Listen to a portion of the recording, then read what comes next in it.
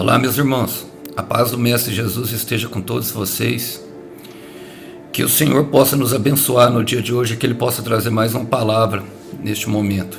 O texto para nossa breve meditação encontra-se em Atos dos Apóstolos, capítulo 2. Eu quero ler o verso 14 em diante, que diz assim: Então Pedro deu um passo à frente, e com os 11 apóstolos, e dirigiu-se em alta voz à multidão. Ouçam com atenção todos vocês, povo da Judéia e habitantes de Jerusalém. Escutem o que lhe digo. Estas pessoas não estão bêbadas, como algum de vocês pensam, pois são apenas 9 horas da manhã. Pelo contrário, o que vocês estão vendo foi predito há tempo pelo profeta Joel. Glória a Deus. Irmãos, eu gosto de toda a instrução a qual o Senhor traz para nós ao longo de toda a Escritura, e como Ele vai construindo a nossa história através dos processos vividos por aqueles homens e de tudo que está escrito. Em João 25, versículo 21, o último versículo do Evangelho escrito por João, o Evangelho de Jesus escrito por João, diz que se todos os milagres e todos os acontecimentos que Jesus viveu com eles fossem escritos, não dariam para escrever, os livros não caberiam em todas as bibliotecas do mundo. Tamanhos são os grandes feitos. Então, obviamente, durante os concílios, houve uma seleção pelo Espírito Santo para aquilo que nós tivéssemos conhecimentos e pudéssemos aprender, até que se tornou a referenda palavra de Deus.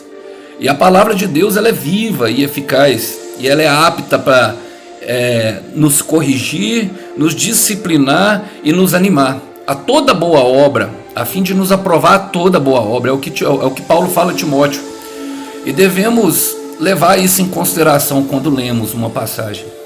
Então eu quero fazer algumas aplicações pertinentes a esse texto, para o que nós vivemos no momento.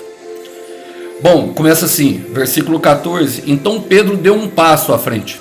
Toda caminhada, meu irmão, começa com o primeiro passo.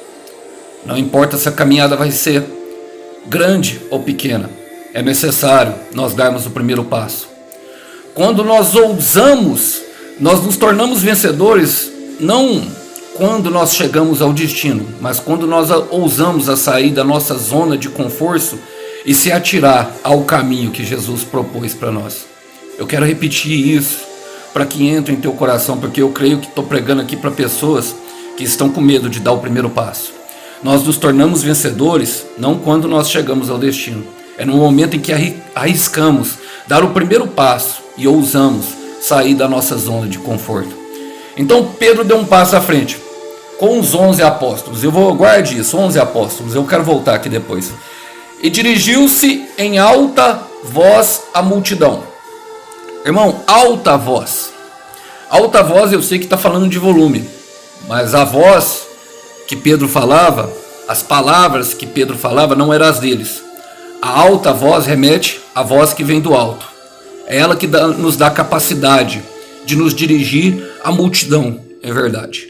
É a voz que vem do alto. Mateus capítulo 22, versículo 20. Eu colocarei as minhas palavras em tua boca, não precisa se preocupar com o que falar.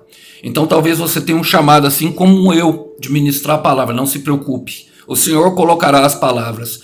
É necessário sim que nós aperfeiçoemos os nossos dons.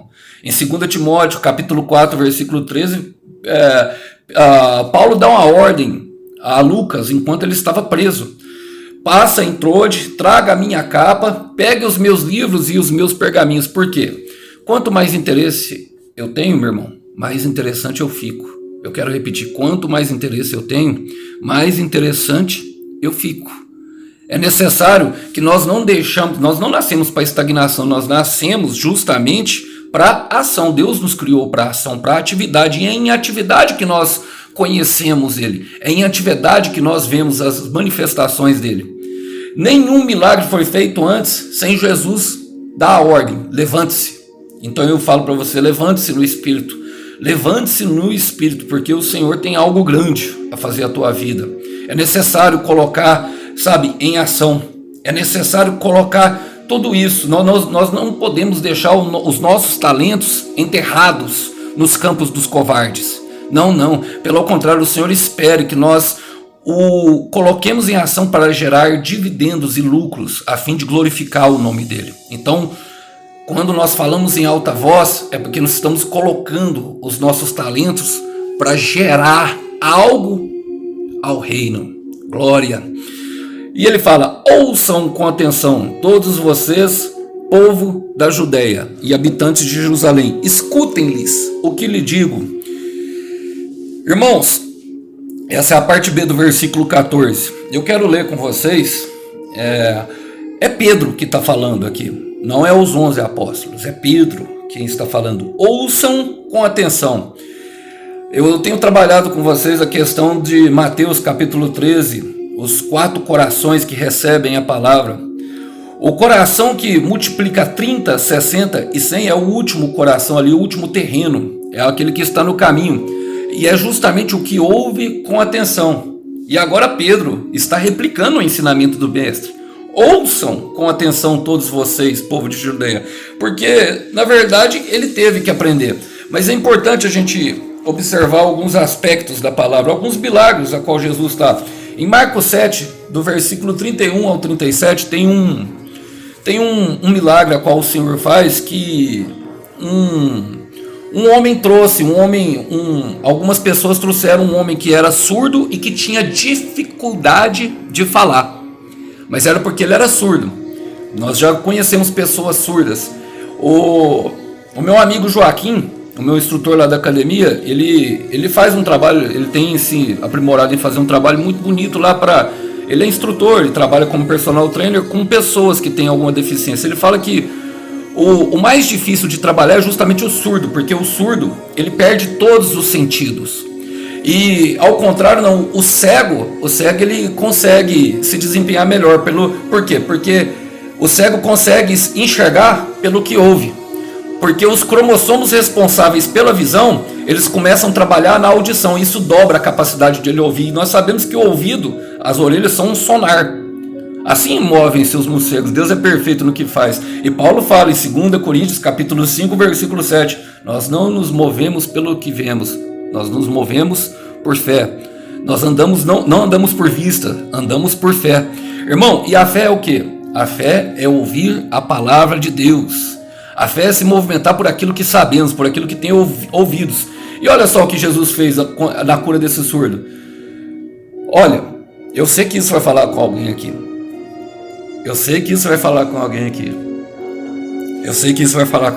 Prepara o coração. Marcos 7, versículo 33. Jesus o afastou da multidão para ficar a sós com ele. Jesus o afastou da multidão para ficar a sós com ele. Tudo que ele está fazendo, meu irmão, é para te ensinar.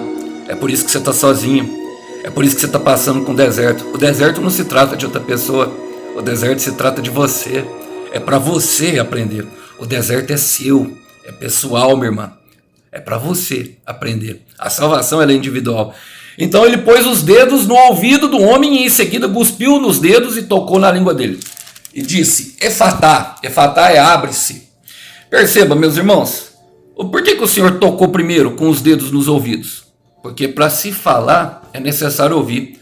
Nós temos 2 ouvidos e uma boca, porque se faz muito mais necessário ouvir do que falar. Se faz muito mais necessário. O Tiago fala que nós devemos ser tardio no falar e prontificados a ouvir, para que nós não venhamos a nos irar. Tem muita pessoa falando, mas ainda não ouve. Tem muita pessoa falando, mas ainda não conseguiu entender. Perceba que a multiplicação e tudo aquilo vem de ouvir com atenção. E ele fala para eles, fala assim, essas pessoas não estão bêbadas, como alguns de vocês pensam. Irmãos, ali houve o derramar do Espírito Santo, é Atos 2, o Pentecostes, 10 dias orando, 120 pessoas orando, falando em línguas, com outras pessoas pregando o Evangelho. Dava a impressão de que elas estavam bêbadas. Jeremias 29, 13. Eu quero ser como um bêbado, vencido pelo vinho. Você já prestou atenção num bêbado? O bêbado, meu irmão, primeiro, o vinho, ele tem ele tem uma função, ele melhora as nossas funções neurológicas, meu irmão, ele melhora o nosso sistema imunológico, ou seja, aquele que cura, e também ele melhora, meu irmão, ele traz relaxamento, ele traz outra melhoria, que é justamente o vinho. Ele tem essas funções: neurológico, pensamento, de como nós pensamos, do sistema imunológico e também do sistema respiratório, da circulação do sangue, do sistema circulatório. Porque o vinho, na verdade, ele tem a tipologia do sangue de Jesus Cristo, e eles estavam bêbados do Espírito Santo. E o Espírito Santo tem essa função em nós: transformar o nosso pensamento, curar as nossas emoções e também mais do que isso, levar a palavra aos lugares onde ela precisa, em nosso corpo, em nossa mente, em nosso coração, para que assim nós possamos ser um como Cristo. Fomos vencidos pela bebida, fomos vencidos pelos vinhos. Eles pareciam bêbados. Você já viu um bêbado, meu irmão? Nada pode parar ele, né? Um dia eu olhei um bêbado na rua e ele estava tão doidão, meu irmão, e o Deus falou para mim, falou assim: olha para esse bêbado, olha para você ver, aprenda com ele. Eu parei assim e fiquei olhando aquele bêbado passava para o povo que ele nem conhecia e falava assim: eu te amo. E por que a gente tem dificuldade, meu irmão, de falar eu te amo? Sabe, a bebida, ela toma conta da pessoa, ela que dirige os passos da pessoa, mas esses aqui estavam bêbados do Espírito Santo, e assim deve ser a pessoa.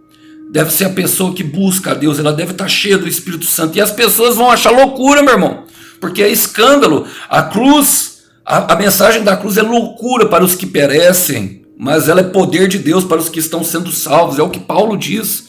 Então não se preocupe. Olha, Pedro até justifica, fala assim: pois são apenas 9 horas da manhã. São 9 horas da manhã. Irmão, 9 horas da manhã. Eu quero voltar aqui depois. Não vou fazer a aplicação das 9 horas da manhã, não. Primeiro eu vou passar. Pelo contrário, porque eles pensavam que estavam vendo. Pelo contrário, o que vocês estavam vendo foi predito a tempo pelo profeta Joel. E como Pedro descobriu isso? Mateus capítulo 4, versículo 19. Vem e segue-me, farei-te pescador de homens. Por que Pedro tinha autoridade para falar? Por que Pedro sabia tudo isso que estava acontecendo, meus irmãos? Porque ele viveu. Te farei pescadores de homem. Eu quero ler com vocês Mateus 14, versículo 31. No mesmo instante, Jesus estendeu a mão e o segurou. Como é pequena a sua fé, disse, porque você duvidou. Era justamente quando ele olhou Jesus andando sobre os mares e pediu, falou: Senhor, deixa eu ir ter contigo, se é o Senhor mesmo. Estava ali, meus irmãos, Pedro andando sobre as águas. Ele andou sobre as águas, mas quando ele olhou para a tempestade, começou a afundar.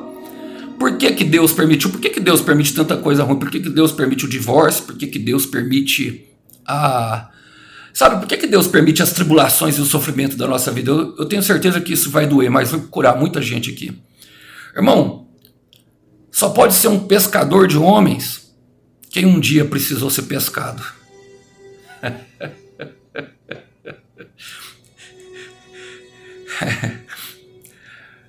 Jesus estendeu o braço dele, falou: homem de pequena fé. O homem de pequena fé ali, ele era como se fosse uma palavra junta. Pequena fé, quer dizer, Pedro, você não é a sua situação, mantenha o foco e continue. Uma das funções do Espírito Santo eu trouxe essa, e o nome dele é Paracletos, um encorajador, que é o consolador, e o conselheiro fala de corrigir, da exortação, de corrigir os caminhos. Arrependa-te, mude o pensamento. Mas o consolador fala justamente de levantar e estender a mão para quem está com dificuldade. Essa é a grande característica do Espírito de Jesus, é o que ele faz perfeitamente nessa passagem de Mateus capítulo 14. Você percebe? Ele fala: homem de pequena fé, mas ele estendeu a mão para Jesus. Ele corrigiu, mas ele consolou. E era o que o Pedro estava fazendo, porque ele era pescador de homens. E qual que era a intenção de Pedro, meus irmãos? Trazer união e força, porque se nós andarmos de mão dada, quem é que sacará as armas? Dedos apontando. São dedos que estão apontando o tempo inteiro para nós, mas se nós andarmos de mão dada, quem é que vai apontar os dedos? Meu irmão? Você andava de mão dada. Perceba que Jesus o corrigiu e ele voltou a andar. Isaías capítulo 61, versículo 7. No lugar da tua vergonha eu lhe darei dupla honra. Andou indo e andou voltando, andou 2 vezes. Mas sabe quando que a tempestade parou, meu irmão? Sabe quando a tempestade parou? Quando entrou Pedro e Jesus dentro do barco. Estão todos no mesmo barco. Eu quero repetir isso para que entre no coração. Deus só fechou a porta da arca quando entrou todos os animais. Tem um guepardo apressadinho aí. Não adianta fugir do processo. Não adianta fugir do processo porque a tartaruga também vai ter que entrar. Só fecha a porta, Deus só fecha a porta quando todo mundo entra. União, unidos pelo Espírito. E perceba que quando ele fala, vem, segue-me, ele vem em um momento distinto da vida. Alguns estavam pescando, outros estavam trabalhando, mas cada um foi chamado em um momento distinto, nos seus afazeres. É a voz de Deus que convence ao chamamento. É quando ele vem e chama, não podemos resistir. Então, o que nós devemos fazer, meus irmãos? Pano de saco e pranto. Pano de saco e pranto. Para quê? Porque agora eu quero voltar lá atrás, lembra? Deu um passo à frente com os 11 apóstolos. Pedro não foi sozinho, ele aprendeu. Os 11 apóstolos, 12 é número de governo. Quando ele voltou para o barco, a tempestade cessou. É quando há uma união por meio de Jesus Cristo, o cabeça. O cabeça também tem que estar dentro do barco. Está todo mundo dentro do barco, mas o cabeça tem que estar lá. Quando ele entrou lá, a tempestade cessou. Você entende, meu irmão, por que você está passando por esse deserto? Só pode pescar homens. Quem um dia precisou ser pescado. Mas era 9 horas da manhã, e eu quero voltar lá agora.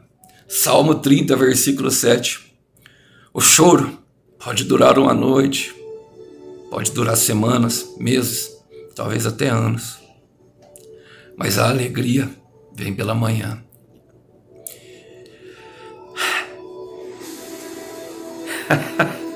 A alegria vem. E quando ela vem, ela vai ser incontida, né? Vencidos pela bebida, vencidos pelo vinho, totalmente entregue, o Espírito Santo, completamente cheio de alegria, curando a nossa mente, o nosso pensamento, o nosso coração, levando a circulação, sabe, curando todas as nossas enfermidades da nossa alma. É isso que Deus está falando. Sabe, tudo vai acontecer, o que vocês estão vendo foi predito há tempo. E tudo que está te acontecendo, meu irmão, só está te preparando por aquilo que já foi predito pelo profeta. Então eu quero terminar, meu irmão, com essa palavra, falando para você que tudo que foi declarado em tua vida se cumprirá. Acalma o coração, multiplica os talentos, observa o que ele quer ensinar. O deserto é uma bênção e está te aprimorando para aquilo que você tem pedido a Deus. E se você chegar até o final dele, Deus honrará a tua fé. Que os irmãos possam ficar com essa breve ministração. A paz do Mestre. Tchau, tchau.